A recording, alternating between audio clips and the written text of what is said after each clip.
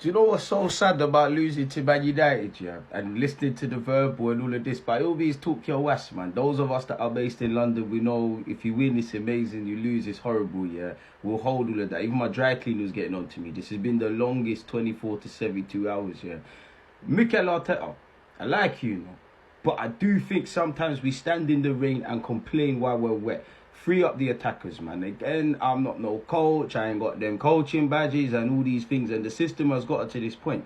But if we want to achieve something we've never achieved before under you, which is getting, you know, over the line in a major trophy, then every one of our players, including yourself, has to be a different animal and a different version of themselves. I like the system. And I'm not here, I'm just looking at your peers. Luis Enrique's found a way to evolve. And look at all the things he's won and done. Pep Guardiola, with the use of Haaland, which as great as Haaland is, isn't necessarily a traditional striker for his system. Found a way to make it work. City are not playing amazing, but you do see at times Cherky, Foden, neat little 1-2s and whatnot.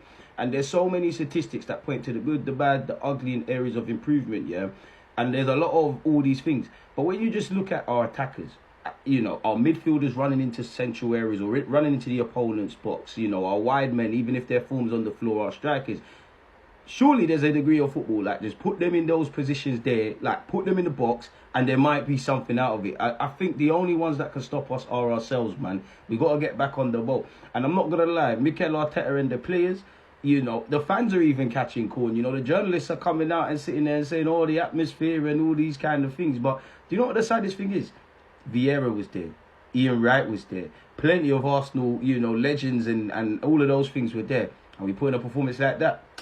Let it be, you know, just a dark time in a long journey. We cry in January, we celebrate in May. If you lot want to win silverware, you'll do it. Because the only ones that can stop yourselves, you lot, are yourselves, you know.